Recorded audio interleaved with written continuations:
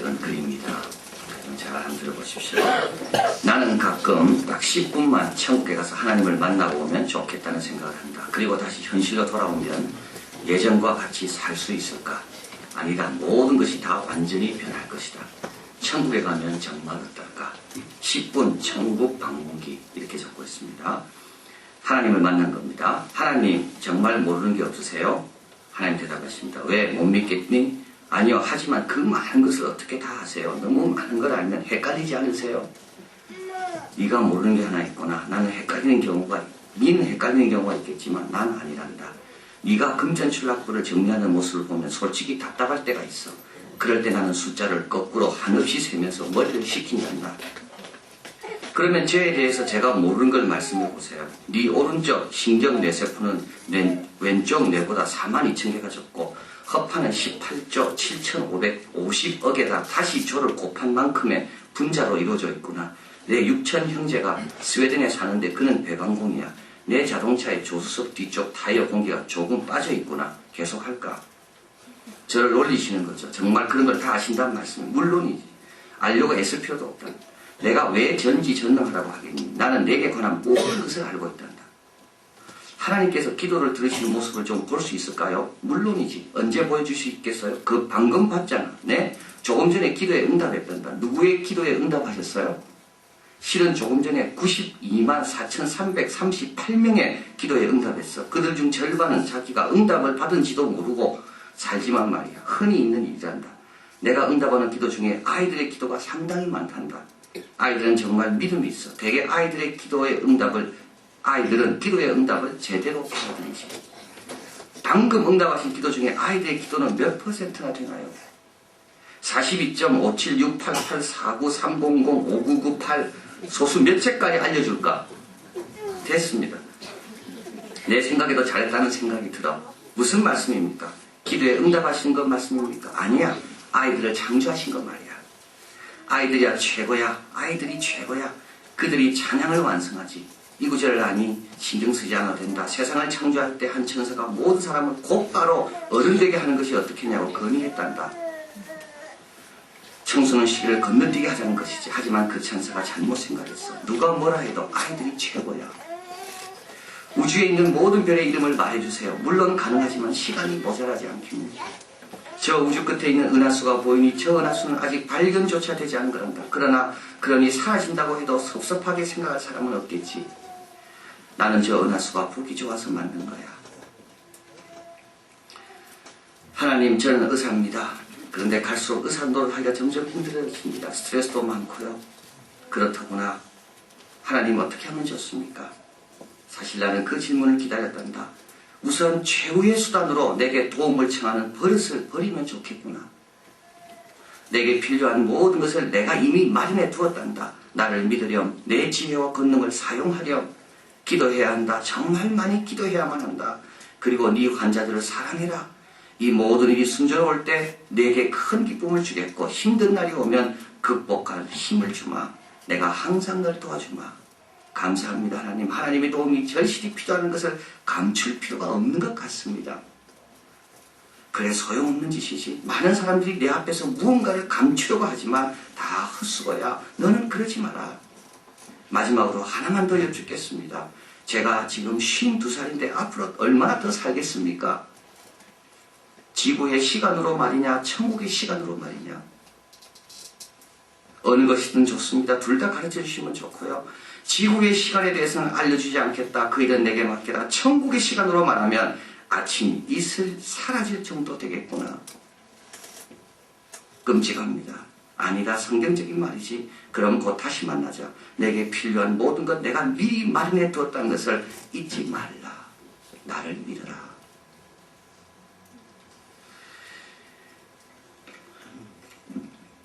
인간은 창조의 완성입니다. 최고로 잘 지음받은 자가 인간입니다.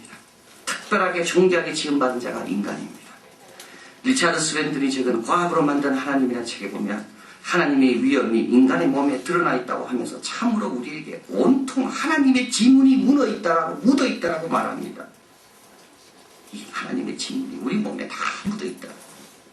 인간의 몸에는 10의 28승의 원자가 있다. 10의 28승. 우주에 있는 별을 다 합치면 10의 20승인데 그것보다 훨씬 많은 것 인간의 원자들입니다.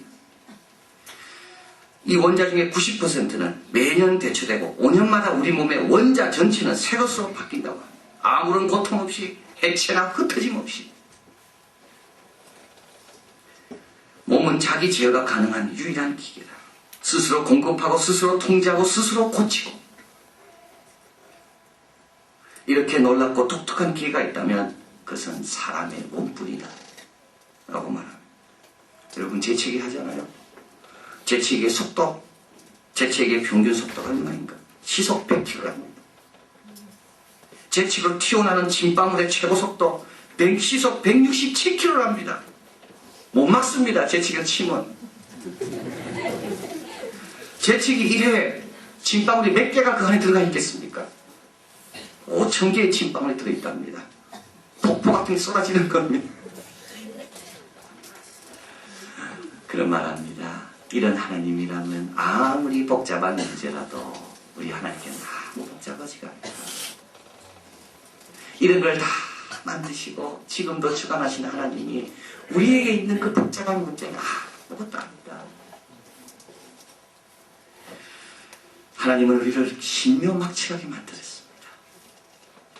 우리 몸을 보면 볼수록 하나님의 존재를 인정할 안 할 수가 없습니다. 근데 그것뿐입니까? 오늘 본문에 보면 하나님께서 인간에게 명령하시죠. 대화의 상대자로 인간을 만들었습니다. 오늘 본문에 보면 하나님이 인간을 보고 에덴 동산을 다스리라 그러죠. 하나님의 대리인으로 인간을 만들었습니다. 시편 8편 사람이 무엇이간데 주께서 저를 생각하시며 인자가 무엇이간데 주께서 저를 공부하시나이까. 저를 천사보다 조금 못하게 하시고, 여기 천사는요 천사가 아니라 하나님입니다. 우리를 하나님보다 조금 못하게 하시고 영화와 존귀로 관을 씌우십니다.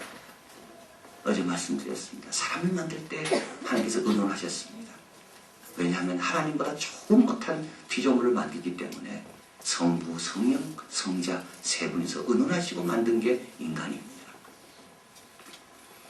이렇게 하나님께서 특별하게 지었기 때문에 오늘 본문은 하나님께서 사람을 에덴 동산에 두십니다. 이런 특별한 자는 아무데나 거하면 안 됩니다. 이렇게 하나님의 특별하게 지음받은 자, 하나님으로부터 특별한 사랑을 받고 있는 자는 아무데나 거하면 안 됩니다. 그래서 하나님께서 우리를 어디에 두시는가 하면 에덴 동산에 둡니다. 여러분 보면요, 에덴이 먼저입니까? 사람이 먼저겠습니까? 사람이 먼저입니다.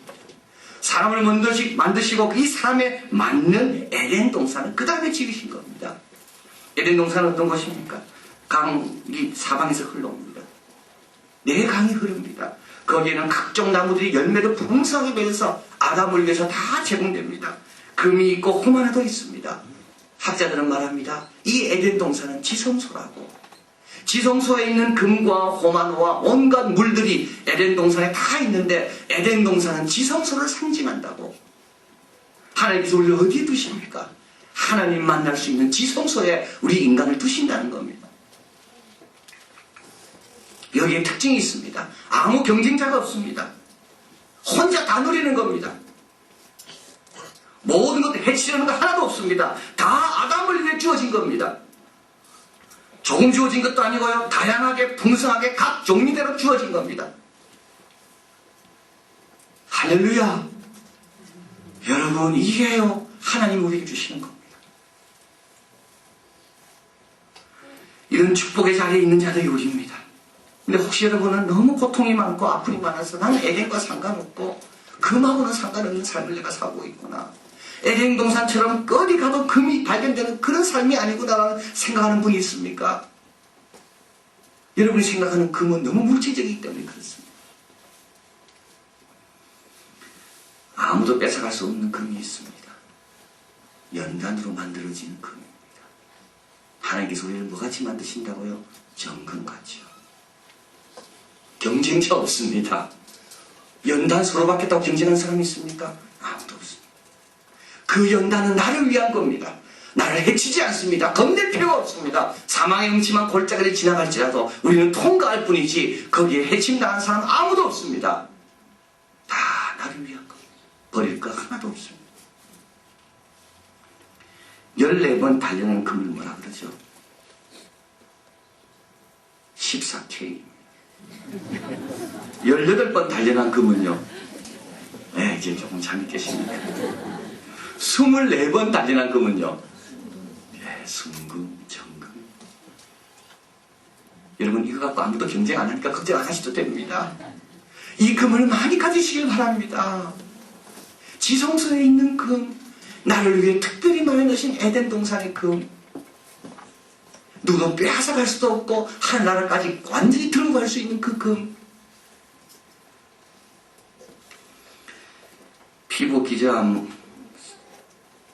피부 기저 세포암으로 11년 전에 제거 수술을 받은 한 여인이 있었습니다. 1년에 한 번씩 가서 점검을 받다가 갑자기 의사가 안색이 변화되면 이제는 석 달에 한 번씩 와야 된다고 이야기를 합니다. 줄리아 가메.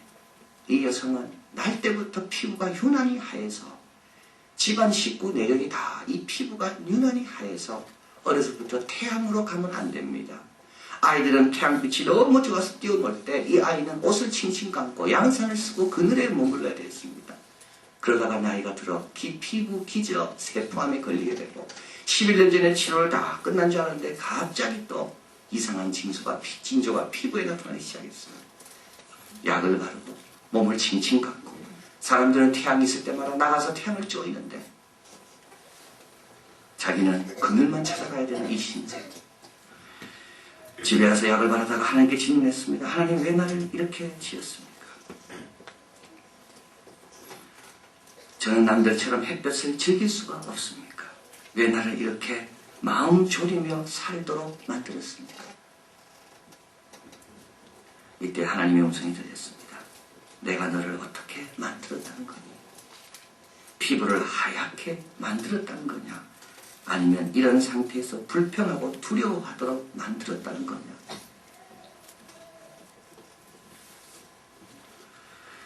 학자들은 에덴 동산이 어딘지 찾으려고 했습니다. 에덴 동산은 못 찾습니다.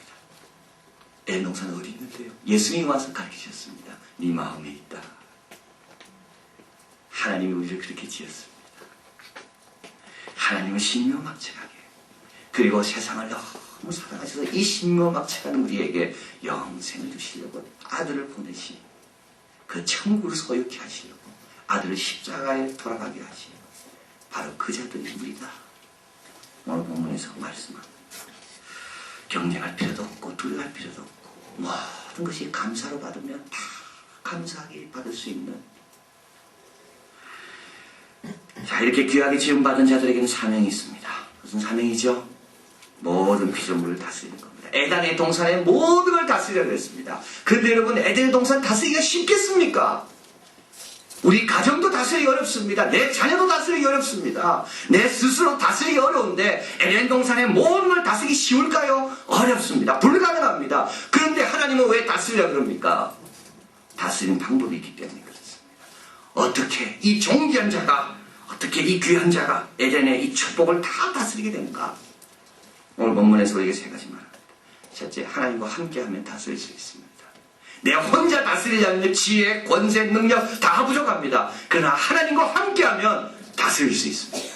그래서 오늘 에덴 동산에 하나님께서 아담을 갖다 두고 모른 척하지 않습니다. 아담을 지켜보십니다. 도와주시려고요. 그리고 하나님께서 어떻게 하나요? 에덴 동산의 모든 것들 하나씩 아담에게 데려오십니다. 야, 여기에서 여러분 세상을 다스리는 비결이 나옵니다. 뭐죠? 한 번에 하나씩 하면 됩니다. 하나님이 데리고 오시는 그것 하나씩, 하루에 하나씩, 어저께 말씀했죠.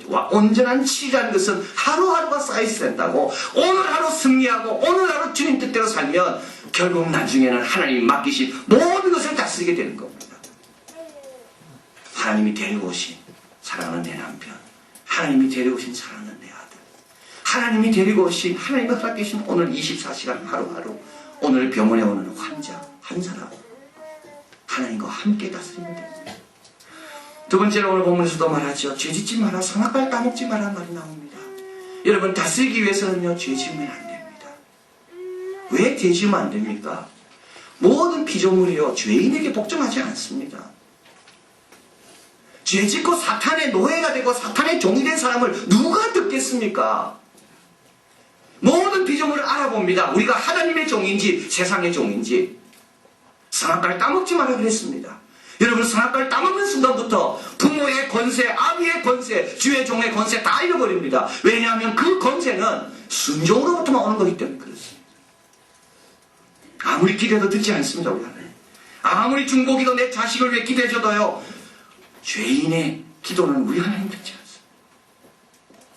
아무리 내가 지혜를 짜고 머리를 쓴다 할지라도 하나님께 순종하지 않으면 아무 누구도 도와주지 않습니다. 오늘 본문에 보면 아담이 부르는 대로 이름이 됩니다. 왜요? 선악과를 따먹지 않기 때문에. 그러나 선악과를 따먹는 순간부터 아무도 아담 말 안 듣습니다. 아담은 어떻게 됩니까? 나무 뒤에 숨습니다. 다 두려웁니다. 누가 다스립니까? 여러분, 똑똑한 사람이 다스리는 게 아니더라고요. 죄 안 짓는 순결한 사람이 다스립니다. 마지막으로 오늘 본문에서 읽지는 않지만 다스리기 위해서 하나님께서 우리에게 또 말씀해 주시는 것이 있습니다. 우리 같이 한번 가보겠습니다.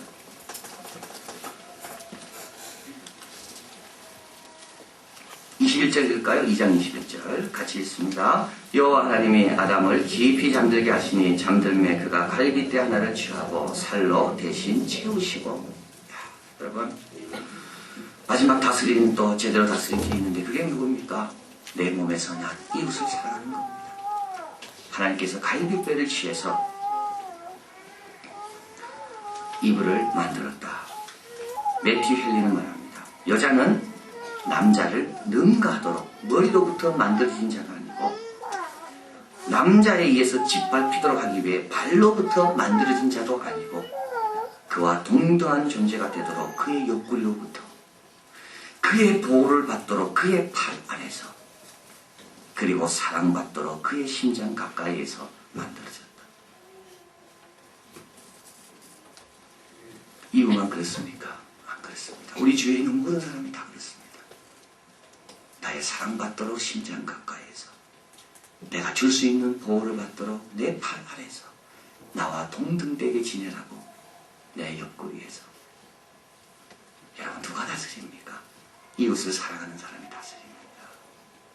이는 내 뼈 중에 뼈요 살 중에 살이라고 옆에 있는 동료들을 칭찬해주고 축복해주고 사랑해주는 사람이 하나님 앞에 담대함이 있고 다스린다는 겁니다. 이번에 필리핀에 갔을 때입니다. 필리핀 가려고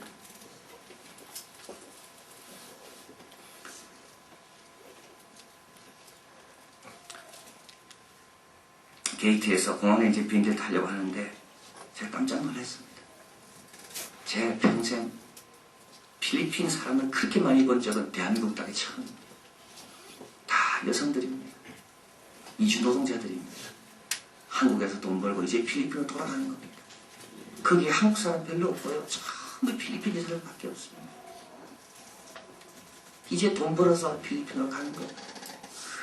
필리핀에 도착했습니다. 거기 도착해서 호텔에 들어가서 조그만 TV를 켜서 보는데요.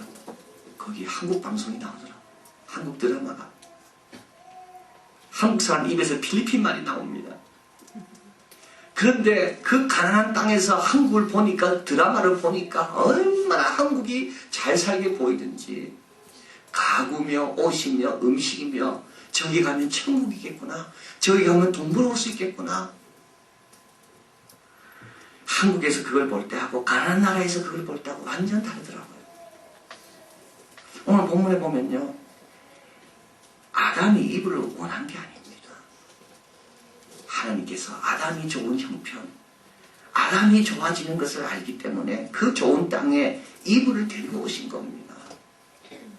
여기가 좋기 때문에 이불을 데려놓은 겁니다. 여기가 좋기 때문에 가난한 노동자들을, 이주 노동자들을 이곳에 오게 한 겁니다.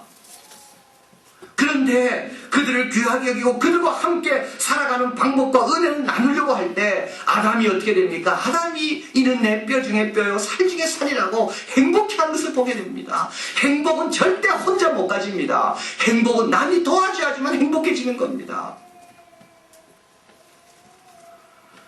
이런 필리핀 사람들이 한국에 꿈을 갖고 왔는데 가정부로 쓰고 결혼한다 해놓고 와보니까 자기 식당에서 종업원처럼 24시간 일시키고, 그래서 어떤 한 필리핀 학생은, 한 부인은 나는 1억을 줘도 싫다. 나는 집으로 돌아간다.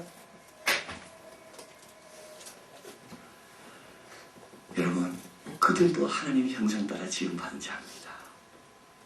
그들의 세포 하나하나, 원자 하나하나 숫자를 다 합치면 10의 28승, 온 은하계의 별수보다 훨씬 많은 존귀한 자들입니다.